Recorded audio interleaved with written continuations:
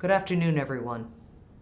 If you ask CEOs, economists, government officials, and development experts what they would all agree on, they would tell you that delivering on the universal right to education, especially girls' education, is one of the highest return development investments that we can make.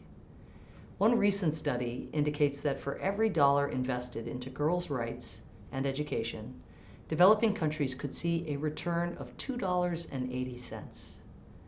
One additional year of schooling can increase a woman's earnings by 10 to 20%.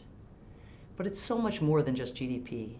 It is the livelihoods and the dignity of all of our children that is at stake. We've also seen that every additional year of schooling reduces an adolescent boy's risk of becoming involved in conflict by 20%.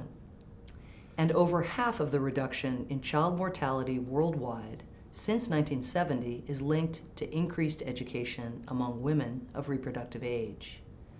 Unfortunately, the COVID-19 pandemic has devastated education systems around the globe. Since the start of the outbreak, USAID has adapted educational programming in more than 50 countries to reach more than 24 million students whose studies have been disrupted by COVID.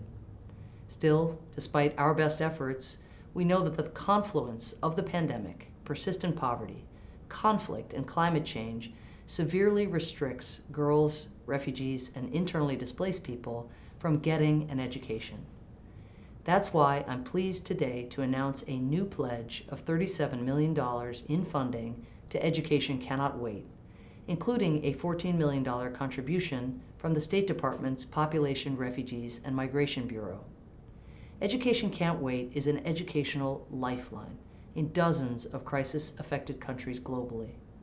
Along with its implementing partners, Education Cannot Wait is increasing access to education in conflict areas like central and northern Mali, where schools were shuttered even before the pandemic, through the distribution of solar-powered radios so students can learn outside the classroom. Through war-torn regions and protracted crises in Afghanistan, Yemen, and Ethiopia, Education Cannot Wait is enabling millions of marginalized children and adolescents to continue their studies. The United States has proudly supported Education Cannot Wait since its very inception in 2016, and we are proud to boost our support today.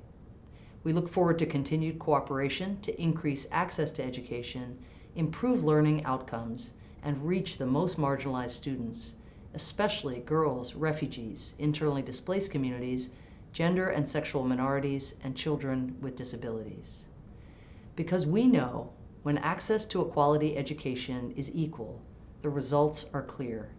Greater economic growth, improved health outcomes, stronger democracies, more peaceful and resilient societies, and healthier and more successful children.